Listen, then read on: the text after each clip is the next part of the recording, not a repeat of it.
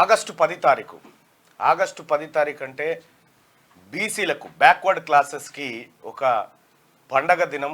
ఎందుకంటే ఇవాళ అంటే ఈ ఆగస్టు మాసం అంతా పండగ దినంగా భావిస్తారు. ఇవాళ ఎవరైతే పుంజాల శివశంకర్ గారు ఉన్నారో, పుంజాల శివశంకర్ గారు ఇవాళ ఒక ప్రత్యేకమైనటువంటి దినం. వాస్తవానికి ఆయన ఇవాళ మనం రాష్ట్రంలో బీసీలకు 27% రిజర్వేషన్ ఉద్యోగాలలో దొరికింది అంటే బీసీ కోటాలో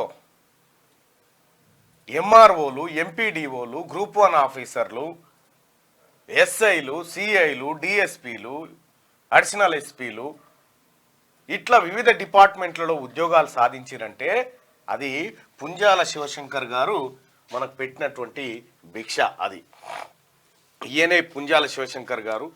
ఇవాళ ఆయన జన్మదినం. వాస్తవానికి పుంజాల శివశంకర్ గారి గురించి కొంత మీకు చెప్పాల్సినటువంటి అవసరం ఉంది. మండల్ కమిషన్ సిఫార్సులు,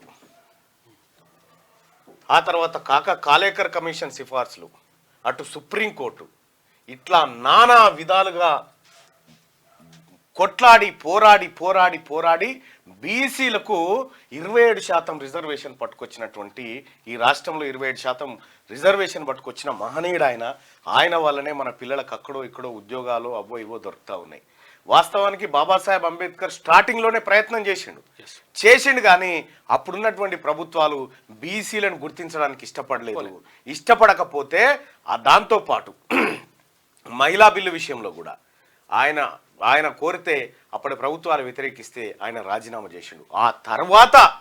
ఆ తర్వాత పుంజాల శివశంకర్ గారు వచ్చి, ఈయన ఎక్కడో కాదు, హైదరాబాద్ పక్క పంటున్నటువంటి మామిడిపల్లి విలేజ్లో, శంషాబాద్ పక్కన ఎయిర్పోర్ట్ దగ్గర ఉంటుంది ఇప్పుడు, మామిడిపల్లి విలేజ్లో పుట్టి ఆ మామిడిపల్లి విలేజ్ నుంచి చదువుకుంటూ అమృత్సర్ రైల్వే స్టేషన్ కాడ బయట బూట్లు పాలిష్ చేసుకుంటూ చదివి అక్కడే లా చేసి అక్కడి నుంచి భారత ప్రధానమంత్రిగా అప్పట్లో ఉన్నటువంటి ఇందిరాగాంధీ గారు ఎమర్జెన్సీ కేసులో ఇరికితే ఈ న్యాయ విద్యార్థి ఈ బిడ్డనే పోయి ఆమెని విజయంతో బయటికి తీసుకొచ్చి మళ్ళీ ప్రధానమంత్రిని చేసినటువంటి బిడ్డ పుంజాల శివశంకర్ గారు.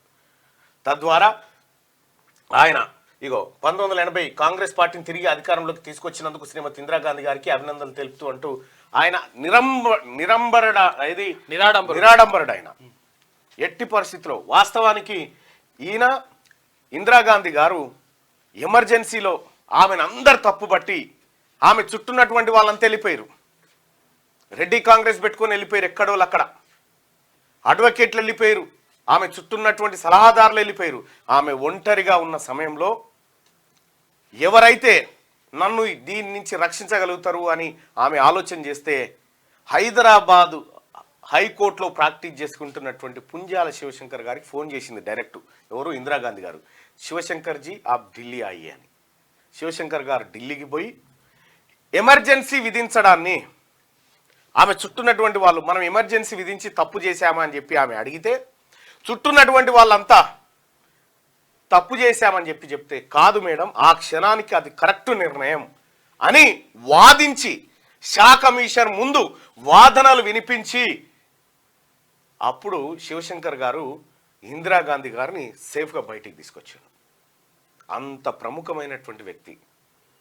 బ్యాంకుల జాతీయకరణ అనేకమైనటువంటి అంశాలను ఆమె ద్వారా చేయించడం. అంతెందుకు, పార్టీ ఫిరాయింపుల నిరోధక చట్టం ఏదైతే రాజీవ్ గాంధీ గారు తీసుకొచ్చారో ఆ చట్టాన్ని డ్రాఫ్ట్ చేసిండు ఈయననే, పుంజాల శివశంకర్ గారే. ఇటువంటి పుంజాల శివశంకర్ గారు న్యాయకోవిదుడని భావించినటువంటి ఇందిరాగాంధీ గారు ఇక్కడ సికింద్రాబాద్ ఎవరు మన ఎల్లయ్య, నందెల్లయ్య గారు, తర్వాత వివేక్ వెంకటస్వామి గారు, వీళ్ళిద్దరు ఎంపీలుగా పోటీ చేసి అప్పట్లో గెలిస్తే, అప్పుడు ప్రతిపక్షంలో ఉంది, ఎంపీలుగా గెలిస్తే ఇందిరాగాంధీ గారు దేశంలో ప్రతిపక్షంలో ఉండే, అప్పుడు మొనార్జీ దేశాయ్ ప్రభుత్వం ఉండే, ప్రతిపక్షంలో ఉంటే ఇక్కడ చెన్నారెడ్డి గారు ఏం చేసిందంటే ఈ నందెల్లయ్య గారిని ఇటు కాకను వీళ్ళిద్దరిని మంత్రివర్గంలోకి తీసుకుంటున్నాం, వీళ్ళు ఎంపీ పదవికి రాజీనామా చేయిస్తున్నా అని చెప్పి ఇందిరాగాంధీ గారికి చెప్తే ఇప్పటికే లోక్సభలో మన సంఖ్య తక్కువ ఉంది, ఆ పని చేయకని చెప్పి రిక్వెస్ట్ చేస్తే లేదు మేడం వీళ్ళని తీసుకుంటా అని చెప్పిండు. తీసుకుంటా అన్న తర్వాత ఇందిరాగాంధీ ఏం చెప్పిందంటే వీళ్ళ ఖాళీ అయ్యేటువంటి సికింద్రాబాద్ స్థానంలో పుంజాల శివశంకర్ గారిని నిలబెట్టి గెలిపియాలి అని చెప్పి ఇందిరాగాంధీ గారు షరతు పెట్టింది.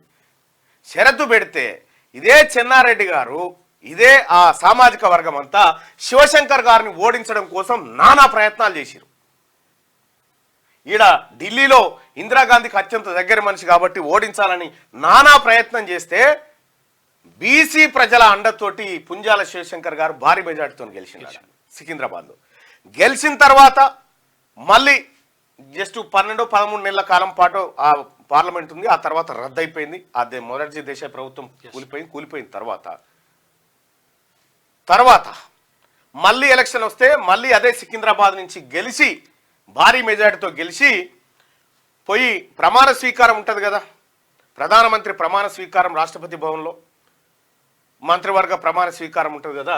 ఈ పుంజాల శివశంకర్ గారు మెట్లెక్కుతుంటే ఒక ఆయన వచ్చి కవర్ ఇచ్చింది నాకు, లోపలికి పోవడానికి పాస్ అనుకొని ఆయన పోయి లోపల అందరూ ఎంపీలు కూర్చున్న కాడ కూర్చున్న తర్వాత యాక్చువల్గా మంత్రులుగా ప్రమాణ స్వీకారం చేయాల్సిన వాళ్ళు ముందు వరుసలో కూర్చోవాలి, కానీ ఈయన వెనక కూర్చున్నాడు. వెనక కూర్చుంటే ఈయన కవర్ తెరవలే అని ఏముందని చూడలే, అట్లా పెట్టుకొని కూర్చున్నాడు.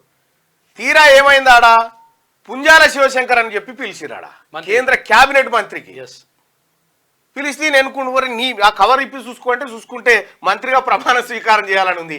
అప్పుడు పోయి ప్రమాణ స్వీకారం చేసి న్యాయశాఖ మంత్రిగా కేంద్ర న్యాయశాఖ మంత్రిగా పనిచేసిండు. మొట్టమొదటి న్యాయశాఖ మంత్రి బిఆర్ అంబేద్కర్ ఉంటే ఆ తర్వాత పుంజాల శివశంకర్ గారు ఇందిరాగాంధీ గవర్నమెంట్లో ఈయన. విషయం ఏంటంటే గమనించాల్సింది, న్యాయశాఖ మంత్రిగా అయిన తర్వాత ఇలా చాలా మంది బీసీ జడ్జీలు ఉన్నారు కదా, బీసీ జడ్జీలారా మీరంతా గుండె మీద చేసుకోరి, ఈ బిడ్డ లేకపోతే మీకు ఉద్యోగం ఉందా? ఆ రోజుల్లో పుంజాల శివశంకర్ గారు న్యాయకోవిదుడు, న్యాయశాస్త్రంలో దిట్ట. అటువంటి మనిషి ఇక్కడ హైకోర్టులో ప్రాక్టీస్ చేస్తూ ఉంటే అప్పటికి ఎవరో ఒకరు నూట్లో ఒక్కరు మాత్రమే బీసీలు జడ్జీలుగా ఉండేది. కొమరయ్య అని చీఫ్ జస్టిస్ ఉండేగా, ఆయన వీళ్ళంతా కలిసి శివశంకర్ లాంటి వాళ్ళు జడ్జిగా ఉండాల్సిందే అని చెప్పి ఈయన పేరును ప్రతిపాదిస్తే ఈయన పేరు పోయిన ప్రతిసారి ఆ పేరు కట్ అయిపోయి సమ్ రెడ్డి అని వచ్చేది. తద్వారా ఈయనకి ఇక్కడ జడ్జి పోస్టునే నిరాకరించినటువంటి వాళ్ళు ఎవరైతే ఉన్నారో ఏకంగా కేంద్ర న్యాయశాఖ మంత్రి అయ్యి ఈయన తీసుకొచ్చిన సంస్కరణ ఏంటంటే ఈ జడ్జిని హైకోర్టులో ఇదే హైకోర్టులో రిటైర్ కానికి వీల్లేదు, ఇక్కడ నుంచి ట్రాన్స్ఫర్ చేయాలని పెట్టిండు. ఆ బిల్లు పాస్ చేసి హైదరాబాద్ హైకోర్టు జడ్జిని తీసుకుపోయి నాగాలాండ్లో వేసిండు. నాగాలాండ్ అని తీసుకొచ్చి ఇటు ముంబైలో వేసిండు. తద్వారా ఏమైంది, ఇక్కడ మావోనికి జడ్జిల ఎంపిక ఎట్లుంటది, కొలీజియం అంటే ఈయన మంచిగా అనిపిస్తుండు మేము సిఫారసు చేస్తున్నాం పేరు రాస్తే జడ్జి అంతే, వాళ్ళే రాసుకుంటారు హైకోర్టు జడ్జి. దానికి పరీక్షలు ఇట్లా లేకుండా ఇక మావోడు మీవోడు అని లేకుండా ఇప్పుడు బీహార్ నుంచి వచ్చిన జడ్జికి ఏమెరకడ మావోడు మీవోడని. తద్వారా ఏమైంది, బీసీలు ఎంటర్ అయిపోయారు దాంట్లోకి. అట్లా బీసీ జడ్జిలు ఇవాళ దేశవ్యాప్తంగా ఉన్నారంటే ఈ మహనీయుని పుణ్యమే, పుంజాల శివశంకర్ పుణ్యమే. ఇంకంతేకాదు ఈయన చేసినటువంటి తెలివి కళ్ళ పని చూడు. ఇందిరాగాంధీని ఇబ్బంది పెట్టి జైల్లో బంధించాలని చెప్పి అప్పటి ప్రభుత్వం భావిస్తే పుంజాల శివశంకర్ గారు షా కమిషన్ ముంగట ఏం వాదించిండు ఎరికేనా? ఆమెను అడిగిరు నువ్వు ఎందుకు ఎమర్జెన్సీ విధించినావని చెప్పి షా కమిషన్ అడిగితే ఇక్కడ ఒక క్లియర్గా ఒకటి మనం అర్థం చేసుకోవాలి. వీళ్ళు ప్రమాణ స్వీకారం చేసేటప్పుడు నా దృష్టికి వచ్చిన అంశాలను బహిర్గత పరచను అని మంత్రివర్గంలో ప్రమాణ స్వీకారం చేస్తారు. జస్ట్ ఆ పాయింట్ పట్టుకొని షా కమిషన్ ముందు నేను చేసిన ఓతును తప్పినట్టు అవుతుంది నీకు చెప్తే, కాబట్టి నీకు చెప్పను. ఇది భారత పార్లమెంటు ఉభయ సభలు చట్టం చేసి మంత్రివర్గ నిర్ణయం జరిగి రాష్ట్రపతి ఆమోదించిన తర్వాత జరిగినటువంటి ఎమర్జెన్సీ విధింపు. ఆమె వ్యక్తిగత నిర్ణయం కాదు. సో ఆ పాయింట్లో ఆమెను బయటికి తీసుకొచ్చిండు శివశంకర్ గారు. సో కాబట్టి ఇవాళ శివశంకర్ గారి జయంతి నిజంగా ఈ బిడ్డ లేకపోతే ఈయన వల్లనే వచ్చింది. ఇవాళ మనం ఇట్లా ఉన్నామంటే వాస్తవానికి గౌడ్లు, ముదిరాజులు, కుమ్మర్లు, కమ్మర్లు వీళ్ళంతా కూడా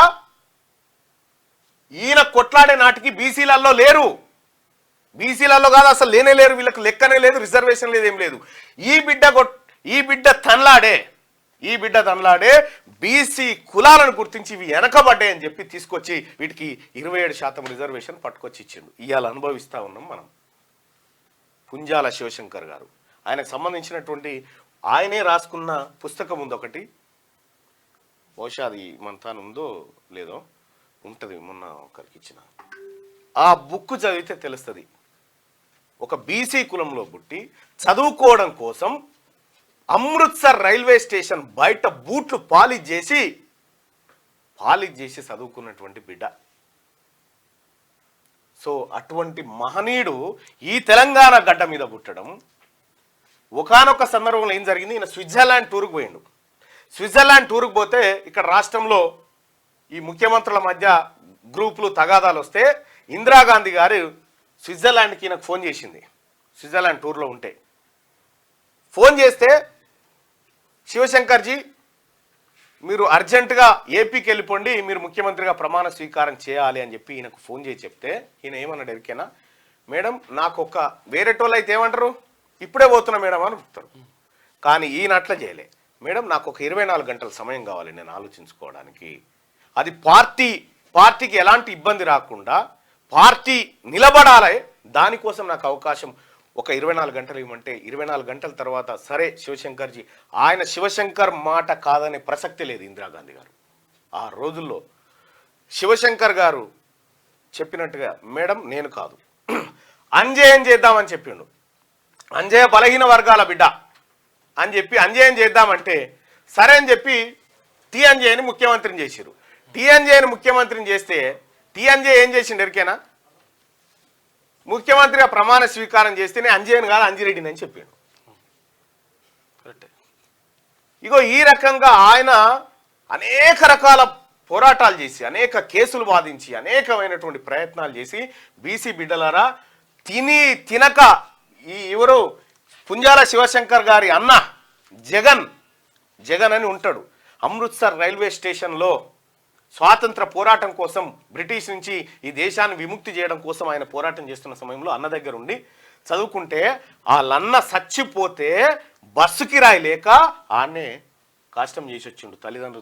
తల్లిదండ్రులకి చెప్పి అంత నరకాన్ని అనుభవించి అంత దుర్భర జీవితాన్ని అనుభవించి పైకి వచ్చినటువంటి బిడ్డ పుంజాల శివశంకర్ గారు. ఇలా పుంజాల శివశంకర్ గారు ఈ పెట్టిన భిక్ష వల్లనే ఈ తెలంగాణలో, ఈ ఆంధ్రప్రదేశ్లో, ఈ వివిధ రాష్ట్రాలలో బీసీలు రిజర్వేషన్లు అనుభవిస్తూ ఉన్నారు. అసలు వాస్తవానికి జరిగిన ప్రమాదం ఏంటంటే ప్రజలారా ఒకసారి జరిగిన ప్రమాదం ఏంటంటే బీసీలు గుర్తించాల్సిన ప్రమాదం. ఇవాళ శివశంకర్ గారి జయంతి అంటే బీసీ ప్రజలారా ఇవాళ వాట్సాప్ డిపి పెట్టుకోరాయనిది. ఇలా వాట్సాప్ డిపి పెట్టుకోండి బీసీ ప్రజలారా. చరిత్ర మరచిపోయింది ఆయనని. మనమే ఒక మహనీయుని ఎప్పుడు మరుస్తారు? ఆ మహనీయుడు వల్ల ఆ వర్గాలకు ప్రమాదం పొంచి ఉందని భావించినప్పుడే ఆయనను మరుగున పడేస్తారు. So SC schedule tribes, SC schedule caste, BC backward caste కాదు, మళ్ళీ ఇక్కడ బ్యాక్వర్డ్ క్లాసెస్. మనం ఏమనుకుంటున్నాం, ముదిరాజు, మున్నూరు కాపు, గౌడ అనుకుంటున్నాం కదా. ఇది కాదు మనకు డెఫినేషన్ ఇచ్చింది. క్లాసు, షెడ్యూల్ క్లాసు అంటే వెనకబడిన తరగతులం అంతే. మనల్ని భారత రాజ్యాంగం గుర్తించింది కులాలుగా కాదు, కేవలం తరగతులుగా. కాబట్టి బీసీ సోదరులారా, మనమంతా ఒకే క్లాసు. ఇక్కడ అదనంగా ఇంకా వెనకబడ్డ బిడ్డలకు ఇంకా రిజర్వేషన్ ఫలాలు అందాలని శివశంకర్ లాంటి వాళ్ళు మహనీయులు పోరాడి తెచ్చిందే ఈ 27% రిజర్వేషన్. ఈ 27% రిజర్వేషన్ ను దేశవ్యాప్తంగా తీసుకొచ్చిండు. ఓబీసీ రిజర్వేషన్ 33% స్థానిక సంస్థల ఎన్నికల్లో ఉంటే కేసీఆర్ విరోచితంగా పోరాడి దాన్ని 18కి తెచ్చిండు. మొత్తం కథం చేసిండు కేసీఆర్, 18కి తెచ్చిండు. ఇప్పుడు కులగణన చేయకపోతే, తాత్కాలిక లెక్కల మీద పోతే వీళ్ళకి భర్తీ చేసే వరకాల మిగిలేది ఇంకొక 15% మాత్రమే మిగులుతుంది. ఈ 15% తోటి బీసీలకు లోకల్ బాడీ ఎలక్షన్ పెడితే నోట్లే మన్ను పోసినట్టు అవుతుంది. రాహుల్ గాంధీ డిక్లరేషన్ ని సో అందుకే రాహుల్ గాంధీ గారు ఏం చెప్పిండు, బీసీలకు అన్యాయం జరుగుతుంది, 42% రిజర్వేషన్ ఈ బీసీ బిడ్డలకు కల్పిస్తా అని చెప్పి శివశంకర్ స్ఫూర్తిగా రాహుల్ గాంధీ గారు కామారెడ్డిలో డిక్లరేషన్ చేసిండు. కాబట్టి బీసీ సోదరులారా, ఇవాళ పుంజాల శివశంకర్ జయంతి నిజంగా ఇవాళ ఒక పవిత్రమైన దినం బీసీలకు. ఒక పుంజాల శివశంకరే కాదు, అనేక మంది బిడ్డలు, కొండా లక్ష్మణ్ బాపూజీ లాంటి వాళ్ళు, గౌతు లచ్చన్న లాంటి వాళ్ళు, నారగోన్ లాంటి వాళ్ళు, ఇట్లా ఎంతో మంది బిడ్డలు, మారోజు వీరన్న లాంటి వాళ్ళు, ఎంతో మంది బిడ్డలు ఈ బీసీల కోసం అధికారాన్ని, అవకాశాన్ని వాడుకొని బీసీలకు ఎక్కువ శాతం రిజర్వేషన్, కొంత అవకాశం తీసుకొచ్చింది మాత్రం పుంజాల శివశంకర్ గారు. ఆయన పవిత్రాత్మకు శాంతి కలగాలని మనసారా క్యూ న్యూస్ కోరుకుంటా ఉంది. బీసీ సమాజమా, ఒక్కసారి పుంజాల శివశంకర్కు సెల్యూట్ కొట్టుర్రి. ఆ బిడ్డ వలన ఇలా అంతో ఇంతో ప్రతిఫలం. సర్పంచులారా, జడ్పీటీసీలారా, బీసీ ఎంపీటీసీలారా, బీసీ కౌన్సిలర్లు, మీ అందరు కూడా ఒక్కసారి లేచి దండం పెట్టుర్రి. ఆయన వల్లనే మీరు అయ్యారు, ఇంకొక అవకాశమే లేదు. సో ఈ రకంగా పుంజాల శివశంకర్కి సంబంధించి ఏ పత్రికలో వార్త ఉండదు, అసలు ఆయన టాపికే ఉండదు. ఇవాళ బొజ్జం నరసింహులు ఎంత గొప్ప పోరాటం చేసిరు వీళ్ళంతా, మీకు కూడా తెలుసా? అరుగుల రాజారాం అని ఉండే నిజామాబాద్ జిల్లాలో. అరుగుల రాజారాం కరడు కట్టిన బీసీవాది. 1952 నుంచి 1980 వరకు ఒక్క రెడ్డిని కూడా ఎమ్మెల్యే కానియాలి నిజామాబాద్ జిల్లా నుంచి. మొత్తం బీసీలకి చేసిండు. అంత కరడు కట్టినటువంటి వాళ్ళను మనం మర్చిపోతే, ఆ మహనీయులను మర్చిపోతే, ఇవాళ మన తాత్కాలిక ఆనందాల గురించి ఇటువంటి వ్యవస్థను మర్చిపోతే మనము మన జాతులకు మోసం చేసిన వాళ్ళం అవుతాం. అందుకోసమే సోదరులారా, ఐక్యంగా, బీసీ అంటే క్యాస్ట్ కాదు, క్లాసెస్, మనమంతా ఒకే తరగతి. భారత రాజ్యాంగం చెప్తుంది మీరు కులాలు కాదు, మీరు ఒకే తరగతి వాళ్ళు అని చెప్పి చెప్తా ఉంది. నిన్న నేను పెళ్లికి పోయిన గిడ అంశాపూర్ దగ్గర, ఏది గిడ జేకే కన్వెన్షన్ ఫంక్షన్ హాల్ ఉంది, అవుటర్ రింగ్ రోడ్ పక్క కొర్రాంల దగ్గర. ముదిరాజ్ అబ్బాయి, మున్నూరు కాపు అమ్మాయి, ఎంత ఘనంగా చేసిరు పెళ్లి నిన్న. ఏంది అంటే మనం అంతొకటే కదా అని అంటున్నారు. అంటే విషయం ఏంటంటే బీసీ సమాజమా ఏకం కావాల్సిన సమయం ఆసన్నమైంది. లేకపోతే మనని బిచ్చగాల కంటే అధ్వానంగా చూస్తారు.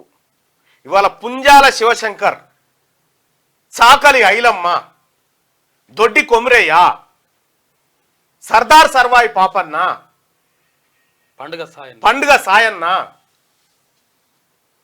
కొండా లక్ష్మణ్ బాపూజీ, కృష్ణస్వామి ముదిరాజు, వీళ్ళంతా మన మహనీయులు. వీళ్ళ ఒక్కొక్కరి పోరాటం ఒక చరిత్ర, ఒక బాహుబలి సినిమా. అదొక్కటే ముగింపు. ఆ బుక్ పేరు శివశంకర్ గారు రాసింది. ఎవరికైనా ఈ బుక్ కావాలంటే అదొక్కటే ముగింపు, అదొక్కటే ముగింపు అని ఒక పరిష్కార మార్గాన్ని చెప్పిండు ఆయన. బీసీ ప్రజలారా, అదొక్కటే ముగింపు అని చెప్పి పి శివశంకర్ గారు స్వయంగా రాసుకున్న పుస్తకం ఇది. ఆ పుస్తకం మీకు కావాలనుకుంటే ఒక్కసారి చదవండి. ఆ పుస్తకం ఏ నెంబర్? నీ నెంబర్ ఇద్దాం ఆశ, చెప్పు ఇట్రా. ఈ పుస్తకం అదొక్కటే ముగింపు అనేటువంటి పుస్తకం మీకు కావాలనుకుంటే ఆన్లైన్లో లేదన్న, నా ఇంట్లో. 9866001612. ఒక్క నిమిషం సార్. 98661600. ఒక్క నిమిషం. 001612. ఈ నెంబర్కి వాట్సాప్లో చేయండి. ఈ బుక్ అది కాస్ట్ ఎంతో ఉన్నట్టుంది. ఒక్కటి కొనుక్కొని చూడండి. మనకు తెలవకుండా మన తరం కోసం, మన భవిష్యత్ తరాల కోసం ఒక జీవితం, ఒక శరీరం ఎంతటి హింసకు గురైందో మీకు అక్కడ కనిపిస్తుంది. ఆ శరీరం ఎంత తపన పడ్డదో ఇవాళ మన బీసీ సమాజం గుర్తుపెట్టుకోవాల్సినటువంటి సందర్భం ఆసన్నమైంది. ఆయనకు సంబంధించి ఇవాళ వివిధ పత్రికలలో వచ్చినాయి. ఇది ఏం పత్రికను? వివిధ పత్రికల్లో ఆర్టికల్స్ వచ్చినాయి.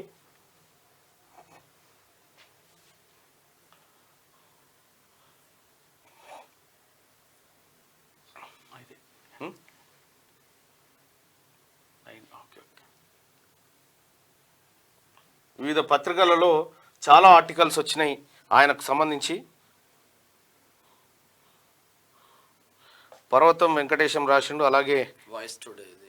వాయిస్ టుడేలో సంతోష్ రాసిండు.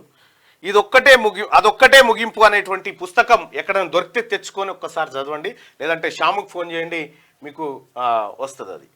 సో సోదరులారా, ఇది పుంజాల శివశంకర్ గారికి సంబంధించినటువంటి జీవితం. ఇవాళ ఆయనకు సంబంధించినటువంటి ఫోటోకు నివాళులు అర్పించండి బీసీ ప్రజలారా. ఇవాళ తీన్మార్ మల్లన్న టీం సభ్యులకు కూడా చెప్తా ఉన్నా, అన్ని జిల్లాల్లో పుంజాల శివశంకర్ గారి ఫోటోకి నివాళులు అర్పించి ఘనంగా ఆయన జయంతి వేడుకలు చేయండి. అలాగే బీసీ సమాజమా, పుంజాల శివశంకర్ గారికి నివాళులు అర్పించండి. ఆయన ఆశయాలు ముందుకు తీసుకుపోదాం. ఇక్కడ మీకు తెలుసు కదా, భారతీయ జనతా పార్టీ వీళ్ళంతా కలిసి మండల్ యాత్ర పెడితే కమండల్ యాత్ర పెట్టి మండల్ యాత్రను ఖతం చేసిరు. లేకపోతే ఇలా అసెంబ్లీలో మనం సగం ఉండేటోళ్ళం, పార్లమెంట్లో సగం ఉండేటోళ్ళం. బీజేపీ చేసినటువంటి మోసం అది. ఇది చదవండి, మీకు కూడా అర్థమవుతుంది. పుంజాల శివశంకర్ గారు ఇదొక్కటే మార్గము అని చెప్తా ఉన్నాడు. అదొక్కటే ఏందో తెలుసుకోవాలి మనం. ఆ ఒక్కటి ఎటువైపు ఏ ప్రస్థానం వైపు పోతా ఉంది. ఏమీ తెలవకుండా, ఏ పుస్తకాన్ని పరీక్షించకుండా, ఏ పుస్తకం పుటను మర్రేయకుండా గుడ్డిగా బతికితే మన కోసం చరిత్రలో ఎవరెవరు ఏం చేసిరో తెలియకపోతే మనం ఏం చేయగలుగుతాం? చరిత్ర తెలియకపోతే భవిష్యత్తును నిర్మించలేం. అందుకనే పుంజాల శివశంకర్ గారు Amar high, Amar high, Amar high.